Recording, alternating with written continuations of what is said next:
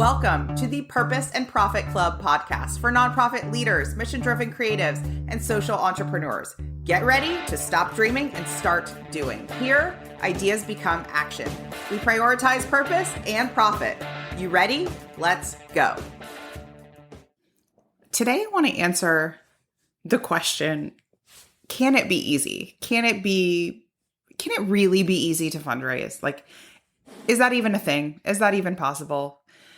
This conversation is inspired by a couple of different things I've been seeing around lately. So the first is a couple of social posts and a few podcasts that I've been hearing, and really just this theme of fundraising is hard. Everybody knows it's hard. Everybody can agree that like there is a grind to it, and asking for money is hard.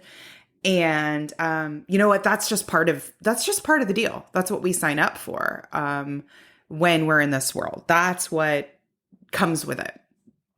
And if you've been around me for a little while, you might see and read and hear me actually use the word easy, like let it be easy or do something with ease.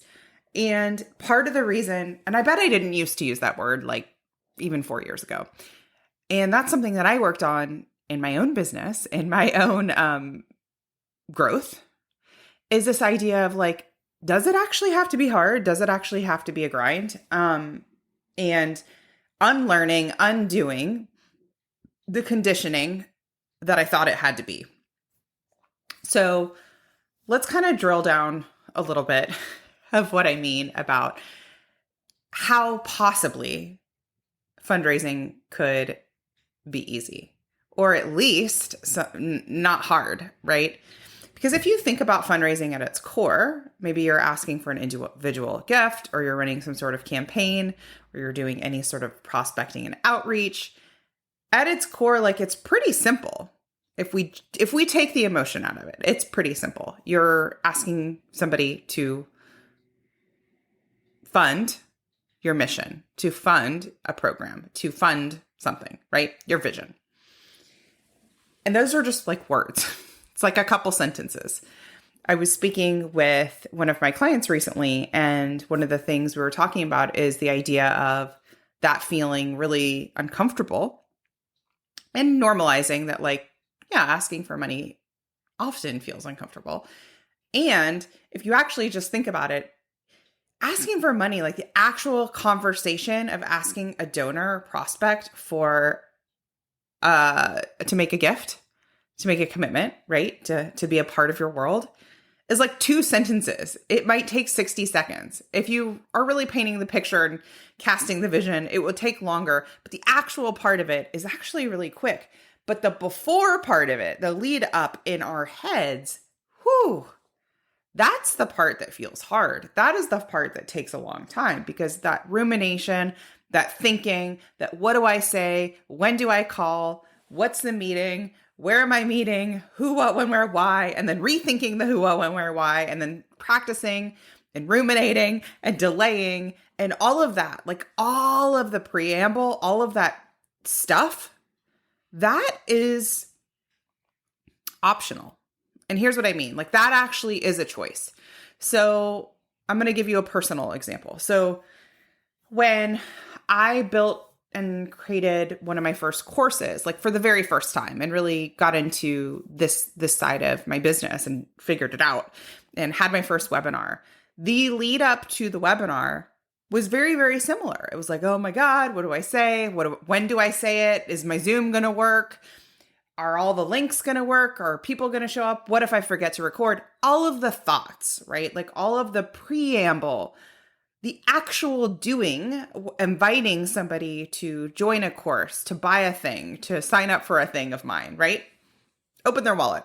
That takes like 60 seconds, you know? But the thoughts, like all of the feelings that came up ahead of time in weeks and weeks and weeks ahead of time, that's the part that's exhausting. When you kind of realize that and realize that you actually have power over it and kind of play out too the other side of it, that is literally when it becomes easy, like literally. And I do think there's something to be said for the muscle of, you do something once, it's hard. You do something on the 100th time, it's a lot easier just simply out of doing it, right? So, the 100th ask you make is going to feel a lot easier than the second or third. But this idea of subscribing to the fact that like something has to be innately grinding and serious and hard because that's what fundraising is, like that's actually optional. That's actually could very much not be the case. One of the things that I kind of baked into my business a while back was this idea of lightness and fun. And that was on purpose.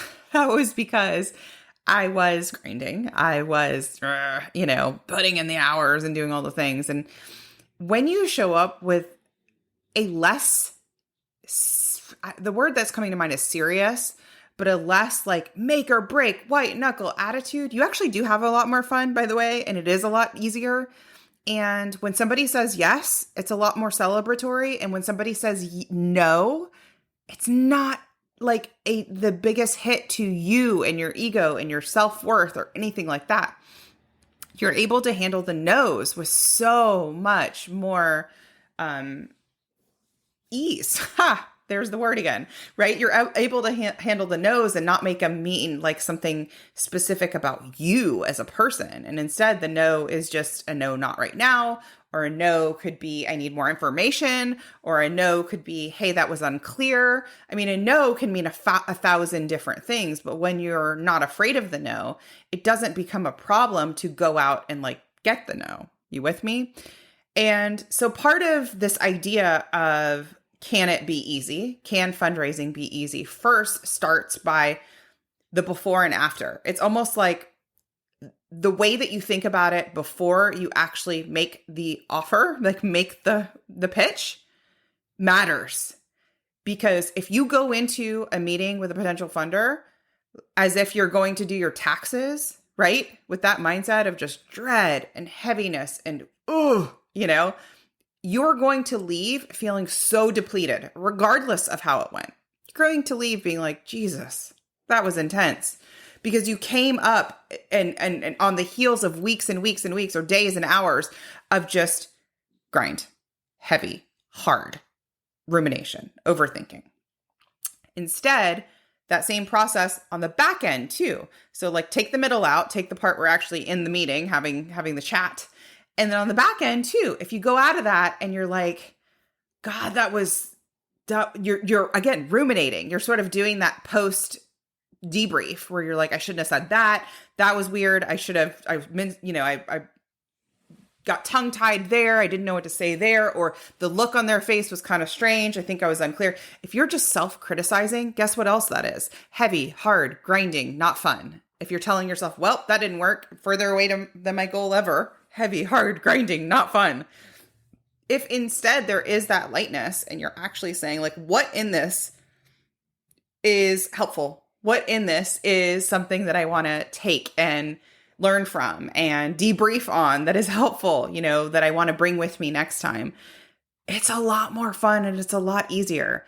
And making sure that you don't take your work home with you, even if you work from home. So making sure that you're allowing yourself to feel uncomfortable. You're allowing yourself to feel like bummed, sad, rejected, disappointed if it's a no, right? If it doesn't go how you want it to go.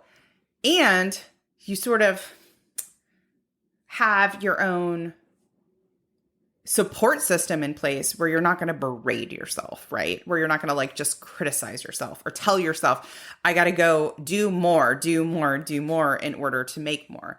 Because the amount of time, I can guarantee you, the amount of time you're spending in that preamble phase of the rumination and the overthinking, that's where you could have a lot more fun and buy your time back simply by not doing that piece, right?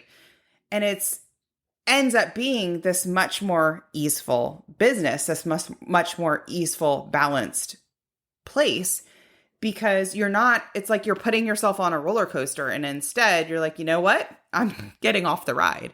Like, I don't have to be on this ride. So here's my homework for you, or here's my hope for you, is as you go into a busy season, a busy week, a stressful meeting, a stressful marketing campaign, something you just have some tightness around or some like big hopes and you're not sure you can do it. Like take a moment, write down and be like, where could what's the lowest hanging fruit?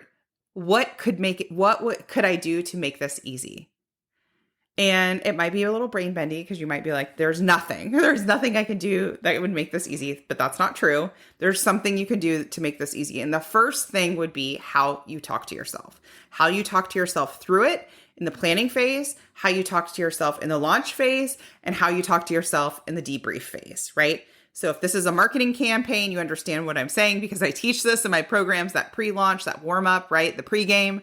How you talk to yourself in that phase matters. It makes the difference on whether or not you feel burned out and stressed out and during the campaign itself. You know, when I run campaigns in my own business, one of the things I do to take care of myself is I don't book a bunch of crap that week. So if I'm in the middle of a campaign launch, I'm not going to inundate my calendar with a bunch of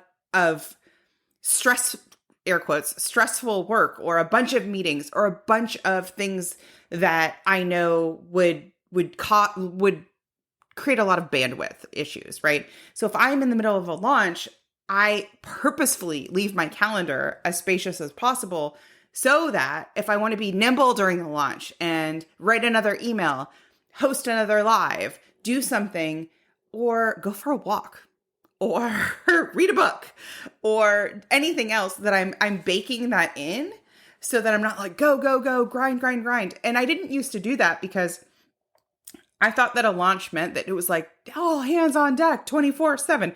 And I think a lot of people think fundraising is that way too. A lot of people think marketing campaigns are that way too, where it's like when you're in the campaign, it's intense and it can be, but it doesn't have to be. And I find that it's a lot more fun when I treat it the way I build it out and create it the way that allows for creativity, allows for spaciousness, allows for things.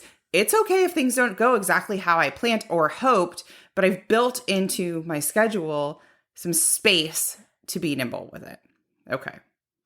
So that's what I've got for you. Take some time. You're going to ask yourself, where can I make this easy? How could I make this easy? And my two first spots for you would be in that pregame phase, right? Of how you're talking to yourself, how you're thinking about the thing, right? And allowing it to like be lighter. And then in the post-launch, in the debrief, after it's done, same piece, how you're talking to yourself, allowing it to be lighter, allowing you to glean information that is helpful, but not self-criticism, constructive criticism.